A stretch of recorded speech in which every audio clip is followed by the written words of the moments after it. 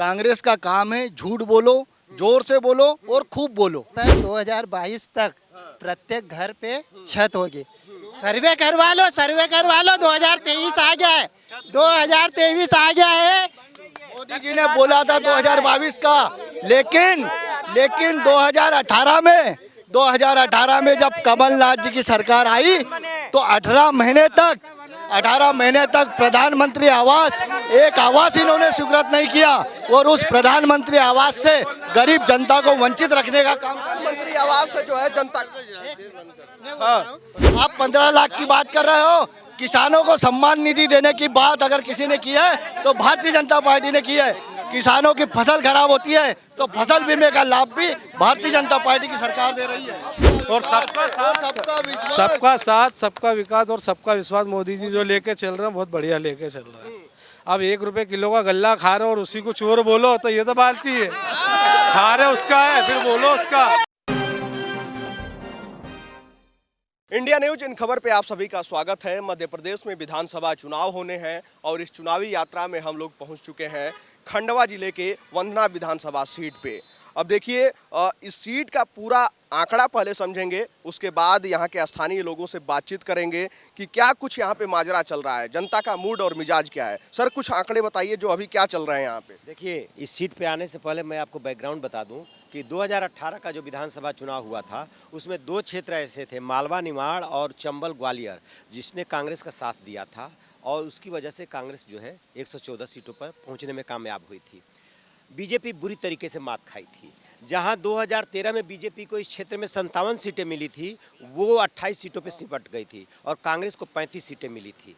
बात करें यदि इस जिले की, खंडवा जिले की, जहां से कि किशोर कुमार मशहूर सिंगर हैं, तो यहाँ पे 4 विधानसभा की सीटें हैं। मंधाता है, हरसूद है, खंडवा है और पंधाना है। इस समय हम लोग पंधाना में खड़े हैं जहाँ से कि रूपाली बारे कांग्रेस से उम्मीदवार है। पिछला चुनाव वो निर्दलीय लड़ी थी और अच्छा खासा वोट पाई थी, जिसकी वजह से कांग्रेस ने उन्हें अपने पाले में ले लिया। और बीजेपी से जो है छाया मोरे हैं, ये छाया मोरे कभी कांग्रेस में हुआ करती थी, तो दोनों ने पाला बदल करके ये चुनाव लड़ा है। अब देखना ये है कि उनके जो समर्थक हैं वो क्या सोच रहे हैं कि अब की बार जंग भीषण होगी या एक तरफा। बिल्कुल, दोनों ने पाला बदला, इसीलिए हमने दोनों पाले के लोगों को इकट्ठा कर लिया। भैया देखिए, इधर बीजेपी के लोग हैं, इधर कांग्रेस के। अब ये जानना बहुत जरूरी है कि कैसे ये लोग, कौन कौन से मुद्दे हैं जिन मुद्दों को लेकर जमीनी स्तर पर ये लोग अपने प्रत्याशी को जिताना चाहते हैं। क्या लग रहा है आप लोग का यहाँ पे माहौल कैसा है? भाई साहब, यहाँ पर माहौल भारतीय जनता पार्टी के पक्ष में है, पूरी तरह से पक्ष में है और हम एक तरफा जीत रहे हैं। एक तरफा जीत रहा है? तरफा जीत रहे हैं। हमारी जंग क्या है कि बूथ स्तर से लेके पन्ना प्रमुख तक की हमारी टीम बनी हुई है और वो टीम पूरा काम करती है। भारतीय जनता पार्टी राष्ट्रीय स्तर नहीं विश्वव्यापी पार्टी है और यहाँ पर अगली बार भी 4 विधानसभा भारतीय जनता पार्टी ने जीती थी और इस बार भी 4 विधानसभा हम जीत रहे हैं। चलिए, 4 जीत रहे हैं, क्या लग रहा है? ये तो कह रहे हैं कि एकदम एक तरफा जीत रहे हैं। सबसे पहले तो मैं ये बोलना चाहूँगा कि ये एक तरफा जीत रहे हैं, तो 15 साल से मैं देख रहा हूँ हर बार कैंडिडेट चेंज करते हैं ये लोग। तो कारण क्या है? या विकास नहीं होता? विकास होता तो फिर कैंडिडेट को चेंज करने की जरूरत ही नहीं पड़ती है। बार बार आज भी जो कैंडिडेट खड़ा किया है वो हमारी कांग्रेस पार्टी से 2 महीने तक कांग्रेस पार्टी से टिकट मांग रही थी। आज जब उसको नहीं टिकट मिला तो बीजेपी वालों ने उसको ले लिया। मतलब प्रत्याशी भी कहीं ना कहीं कांग्रेस वाले भी बीजेपी वाले समझ में नहीं आता। दबाव। और मैं तो यह बोल रहा हूँ यहाँ पर क्षेत्र में स्थायी मुद्दा यह है कि यहाँ विकास अभी तक हुआ नहीं है और विकास के नाम पे ये लोग लड़ाई लड़ते हैं कि हमने विकास किया है। देखो, धर्म जाति सब हम भी मानते हैं, धर्म जाति क्या होती है हम भी समझते हैं, हम भी हिंदू धर्म के हैं, बाकी सब भी हैं। परंतु ये लोग बस राम के नाम पे वोट मांगते हैं। नीचे यहाँ गड्ढे में गिर जाए राम भक्त, इनको ये नहीं दिखता है, आज तक ये नहीं दिखता है। चलिए, ये कह रहा है कि आपने इनका प्रत्याशी ही चुरा लिया। प्रत्याशी हमने नहीं चुराया है, प्रत्याशी खुद हमारे खुद ही गोद में हमारी आया वो तो। हमने की सदस्यता ग्रहण की है राष्ट्रव्यापी पार्टी के पास पे वीडी शर्मा जी के पास में, वहाँ पर जाके प्रत्याशी के पास अपना उन्होंने यहाँ से इस्तीफा देकर हमारी पार्टी ज्वाइन की है ना। और उसके बाद रही विकास की बात, तो विकास की बात 70 साल में अगर उसका विकास देखा जाए तो जो भारतीय जनता पार्टी के कार्यकाल में जो विकास हुआ है पूरे प्रदेश का, हम छेगांव मार्ग में जहाँ खड़े हैं यहाँ पर भी नंदू भैया लेकर आए, नहर लेकर आए, जो आज किसानों की बहुत बड़ी समस्या थी। ये पूरा क्षेत्र सूखाग्रस्त था, किसान परेशान था। आज 2 से 3 फसल किसान लेने लग गया है। 15 सालों में कोई विकास नहीं हुआ हैं? कह रहे हैं 15 सालों में कोई विकास नहीं हुआ। जिनको दिखता है वो देखते हैं, जिनको नहीं दिखता है उनको बोल नहीं सकते अपन, है ना। हाँ। विकास हुआ है। मोदी जी ने कहा था कि हवाई चप्पल पहनने वाला हवाई में चलेगा, तो हुआ है विकास। हवा में चल रहा है ना विकास, हवा में ही घूम रहा है ना। रही बात जो विकास की, तो विकास के बारे में बता, जो पूर्व अध्यक्ष हमारे बीच में बीजेपी के खड़े हुए, पहले भी वो अध्यक्ष रह चुके, उन्होंने छेगांव माखन में क्या विकास किया। पहली बात तो ये, खुद जिला अध्यक्ष बने थे छेगांव माखन के, उन्होंने गांव के लिए क्या विकास करा ये पूछिए उनसे। छेगांव माखन की जनता ने प्रतिनिधि चुन कर लाए थे इन्होंने।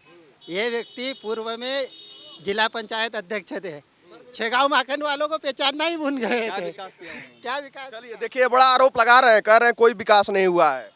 विकास तो दिख रहा है, क्यों नहीं हुआ विकास? क्या नहीं हुआ बताओ ना। कभी रोड बने हैं, हाईवे निकला है, कोई विकास ही नहीं हुआ। अगर आंखों पे चश्मा बेगारी का लगा हुआ हो तो विकास कभी नहीं दिखता। जो क्षेत्र में पीने को पानी नहीं था, वहाँ कल कल करती नर्मदा मैया उद्वन सिंचाई के रूप में 850 करोड़ की योजना है, उसके बाद भी अगर विकास नहीं दिख रहा है तो चश्मा चेंज करना चाहिए। अब तो ये कह रहे हैं चश्मा बदल लेना चाहिए भैया। पहले तो ये मैं बोलूँगा, इनसे ही पूछिए कि जो कल कल करती जो धारा आई है, मोदी जी आए तो प्याज के भाव के बारे में कुछ बोला कि नहीं बोला, ये तो पूछो। धारा आई है वो किसकी देन है? पहले हम इनसे पूछिए प्रश्न, पहले आप इनसे पूछिए आप तो प्रश्न। कह रहे हैं 15 सालों से बीजेपी है, ये सब कांग्रेस की देन है। आप बताइए, ये कांग्रेस की देन हो गई। लोग नहीं है। 2000 में हमारा नारा था, किशोरी लाल को लाना था, नर्मदा नहर आना था। 2002 में हमारा नारा था ये नर्मदा नहर की हमारी है। अब बताइए, देखिए यहाँ आप लोग देखिए, ये गया पॉइंट है, ये डाउन हो गए। आप लोग कह रहे हैं कि 2002 में हमारा नारा था। क्या था?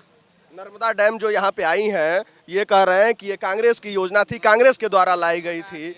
इंदिरा गांधी जी ने उसका शिलान्यास किया था 1984 में, ठीक है। अगर इंदिरा सागर परियोजना नहीं लाती तो ये पानी कहाँ से आता। और नहर योजना का ये जो लोग बोल रहे हैं कि नंदू भैया ने लाए, ये नहर योजना जब ये अरुण यादव जी सांसद थे खंडवा में, उस समय उसकी डीपीआर बन गई थी और उन्होंने भेजी थी एमपी गवर्नमेंट को भेजी। एमपी गवर्नमेंट ने केंद्र शासन से स्वीकृति के लिए भेजी थी, उसको रोक के रखी। इसका आंदोलन मैंने किया था 2 साल तक इस छेगांव क्षेत्र में, नहर आंदोलन मैंने चलाया था। इस आंदोलन में मैंने ये सारे मुद्दे खोले। जब इनके जो डीपीआर कहाँ रुकी है, किसने रोकी है, क्या किया, ये सब उजागर किया, तो मुझे तरह तरह के प्रलोभन आने लगे बीजेपी से कि तुमको ये पद दे देते, वो दे देते, आंदोलन बंद कर दो।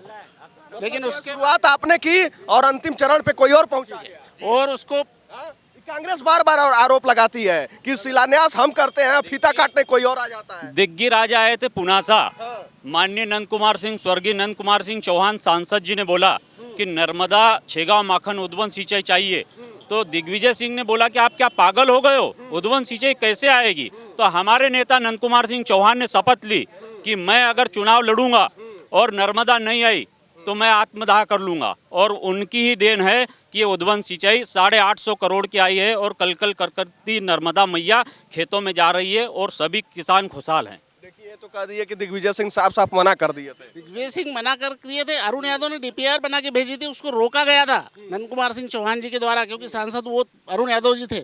अरुण यादव जी के कार्यकाल में पूर्ण हो जाएगी तो श्रेय वो ले जाएगा, इसलिए उसको रोका गया।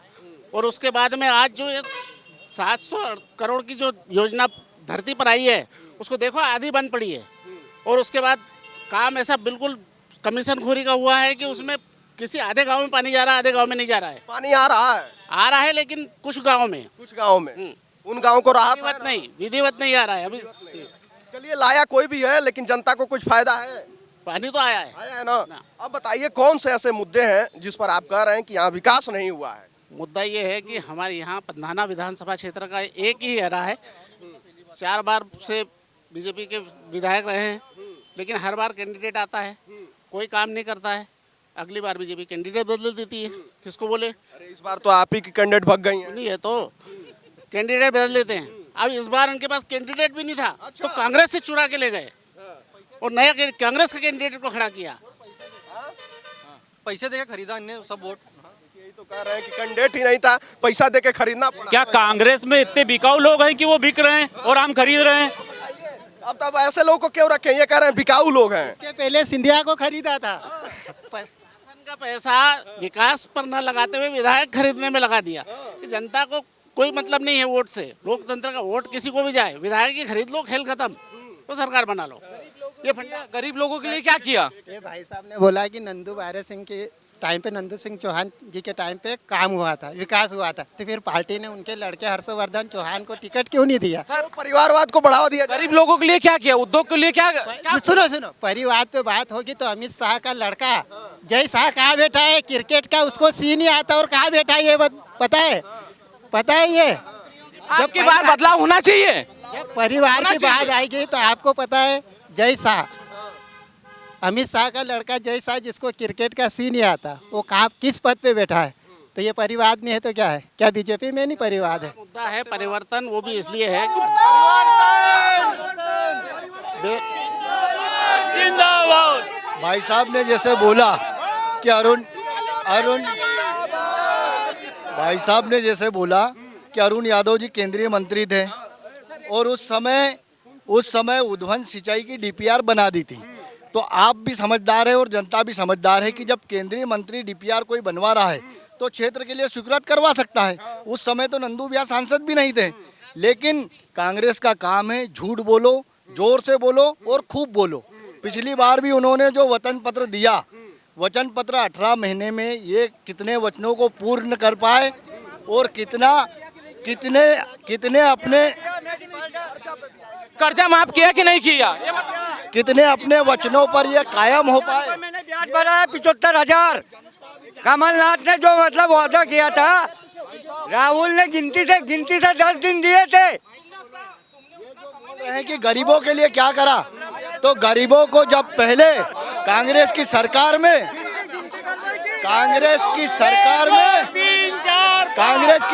में 20,000 का मकान मिलता था, इंदिरा आवास। हमारे प्रधानमंत्री नरेंद्र मोदी जी ने आज गरीबों को ग्रामीण क्षेत्र में 1.5 लाख का आवास देने का काम किया है। गरीबों को मुफ्त अन्न देने का काम अगर किसी ने किया है तो भारतीय जनता पार्टी की सरकार ने करा है। और शहरी क्षेत्र में 2.5 लाख तक के आवास बिना किसी भेदभाव के सभी को दे रही है, तो मोदी सरकार दे रही है, भारतीय जनता पार्टी। आप क्या करते? कर्जा माफ। इन्होंने बोला पीएम हाउस की बात हुई, मोदी जी ने बोला था 2022 तक प्रत्येक घर पे छत होगी। सर्वे करवा लो 2023 आ गया है, 2023 आ गया है। मोदी जी ने बोला था 2022 का, लेकिन 2018 में जब कमलनाथ जी की सरकार आई तो 18 महीने तक प्रधानमंत्री आवास, एक आवास इन्होंने स्वीकृत नहीं किया और उस प्रधानमंत्री आवास से गरीब जनता को वंचित रखने का काम। प्रधानमंत्री आवास से जो है जनता मोदी जी की बात हो रही है। 2014 में जब मोदी जी आए, सबसे पहले उन्होंने कहा था कि काला धन वापस आएगा तो सबके खाते में 15 लाख आएंगे। ना काला धन आया, ना किसी के खाते में 15 लाख आया। एक मिनट एक एक करके है ना, नया काला धन आया काला धन, ना 15 लाख आए। फिर दूसरा काम मोदी जी ने किया कि 100 स्मार्ट सिटी बनाऊंगा। जरा स्मार्ट सिटी ढूंढना कहाँ है? सुनो, देखिए 15 लाख की बात की है पीछे होके। अरे मोदी जी ने बोला था 100 स्मार्ट सिटी लाऊंगा, कहाँ है स्मार्ट सिटी? उसके बाद अरे जवाब तो सुन लीजिए 15 लाख की बात की है तो जवाब तो सुनिए। बताता हूँ, आज जहाँ पर हम खड़े हैं वो नेशनल हाईवे से लगा हुआ है। आज इस क्षेत्र को इंदौर से लेकर इच्छापुर तक नेशनल हाईवे करने का काम मोदी सरकार ने किया है। और 15 लाख की आप बात कर रहे हो, आयुष्मान कार्ड से 5 लाख की गारंटी स्वास्थ्य के लिए मोदी जी गरीबों को दे रहे हैं। आप 15 लाख की बात कर रहे हो। किसानों को सम्मान निधि देने की बात अगर किसी ने की है तो भारतीय जनता पार्टी ने की है। किसानों की फसल खराब होती है तो फसल बीमे का लाभ भी भारतीय जनता पार्टी की सरकार दे रही है। अब क्या दिया था अगर ये बता दे कि कांग्रेस ने ये दिया। अब ये भाई बोल रहे हैं मकान का बोल रहे हैं, पूरे मकान चाहिए ना।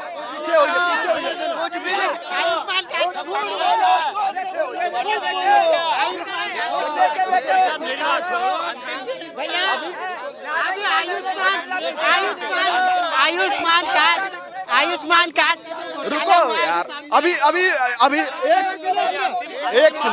एक मिनट चुप रहो। एक मिनट, अभी सुनो यार, बात तो सुनो। अभी बीजेपी वाले एक मिनट भैया, एक मिनट। अभी बीजेपी वाले आरोप लगाएंगे, अभी बीजेपी वाले आरोप लगाएंगे कि कांग्रेसी सुनते नहीं है। हाँ, सुनोगे तभी तो जवाब दोगे। अब जवाब दो, 15 लाख दो शब्द में बोलूंगा बस। जवाब सुन लीजिए, बताओ। भैया ने अभी आयुष्मान कार्ड का बोला।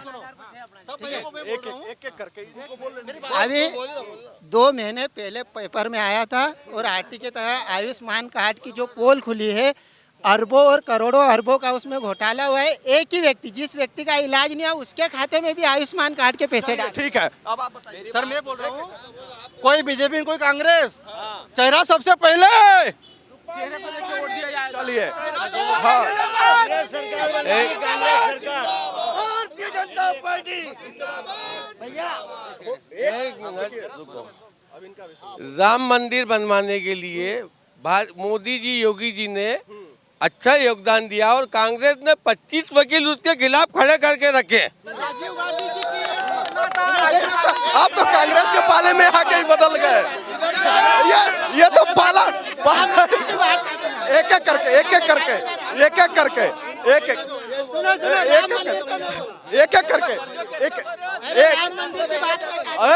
रुको एक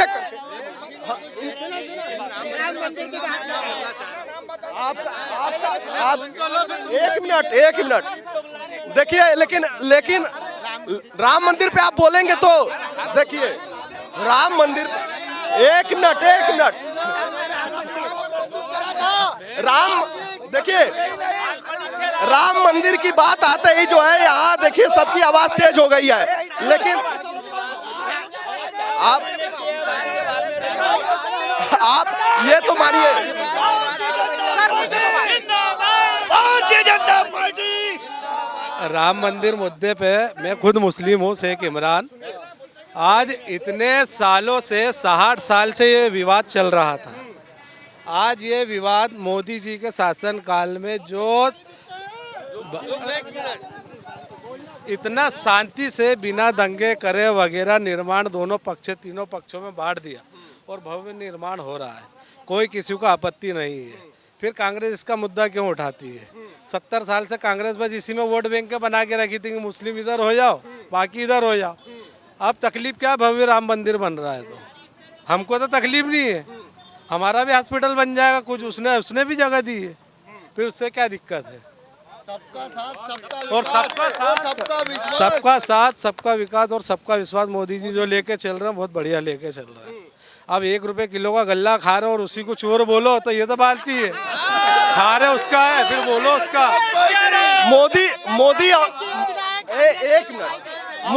मोदी और राहुल गांधी में से बेहतर मेरे हिसाब से तो अब राहुल, देखो मैं खुद कांग्रेसी था, आज मैं भी 32 साल का हो गया हूँ, 38 साल का हो गया हूँ। अरे यार, फिर मैं 38 साल का हो गया हूँ। अब राहुल जी की तो राजनीति हमने देख ली, अभी उनके पार्टी में उनके नहीं सुन रहे हैं, अभी तो एक की एक कपड़े फाड़ने में लगे हैं। तो अब इसमें सीनियर अभी दूल्हे ज़्यादा है, बाराती से ज़्यादा दूल्हे ज़्यादा है कि मैं बनूंगा। और यहाँ तो एक ही चेहरा पीएम मोदी, बस सबका साथ। दूल्हा भी डिसाइड नहीं जी, दूल्हा भी डिसाइड नहीं। दूल्हा मोदी है ना तैयार। कांग्रेस में तो अधूरा है अभी भी। देखिए, एक विकेट आप लोगों का गिर गया, उधर एक विकेट गिर गया आप लोगों का। बोल रहे हैं मोदी जी, मेरी बात सुनो, लोग बोल रहे हैं मोदी जी ने किसानों अरे किसान की बात सुनो, किसान की बात। मेरी बात सुनो, मोदी ने 5 साल में किसानों के बारे में क्या करा? कुछ किसानों के बारे में कुछ बोला ही नहीं उनने। एक सेकंड नारे लगा के किसान को क्यों चुप करा रहे हो? एक तरफ धर्म की राजनीति करना बंद करो, मुद्दों की बात करो ना, क्षेत्र की बात करो कि तुम्हारे क्षेत्र में क्या काम हुआ है, क्या विकास हुआ है। धर्म की राजनीति करोगे तो देश का कुछ होना है नहीं। वैसे भी किसानों के लिए क्या किया? किसान अरे भैया रुको, जब किसान बोलना चाह रहा है तो उसको चुप क्यों करा रहे हो नारे लगा के? वही तो, जब किसान बोलना चाह रहा है, किसान अगर बोलना चाह रहा है, एक सेकंड, नारे लगा, अगर किसान बोलना चाह रहा तो उसको बोलने दो ना, उसको नारे लगा के चुप मत कराओ। ये अपनी कमियां दबा रहे हैं और कुछ नहीं है। किसान बोलना चाह, आओ इधर आओ, बोलो। हम भी किसान हैं, बोल ही रहा है। अरे 10 साल हो गए मोदी ने किसान के बारे में कुछ सोचा आज तक? बताओ मेरे को। 350 में यूरिया की बोरी दे रहे हैं, ब्लैक में दे रहे हैं। के लिए पहली बार कोई ऐसी सरकार आई है कि जिसने सम्मान निधि देने का काम करा। किसानों के लिए पिछले 10 वर्षों में इस मध्य प्रदेश में, इस खंडवा लोकसभा में जितनी उद्वहन सिंचाई की परियोजना स्वीकृत हुई है वो आज़ादी से लेकर अभी तक नहीं हुई। चलिए देखिए, जिस हिसाब से यहाँ पे आपने वंदना विधानसभा सीट के लोगों को सुना कि क्या जोश है यहाँ पे लोगों का और किस हिसाब से अपनी राय बता रहे हैं कि अपने अपने दल की ये बातें रख रहे हैं, लेकिन ये तो समय ही बताएगा कि कौन सा दल यहाँ पे विजेता बनता है। तो आप लोगों को भी 3 दिसंबर का इंतजार करना होगा। लेकिन जिस हिसाब से कांग्रेस और बीजेपी दोनों तरफ के लोगों ने जोश दिखाया है वो काबिलियत तारीफ भी है।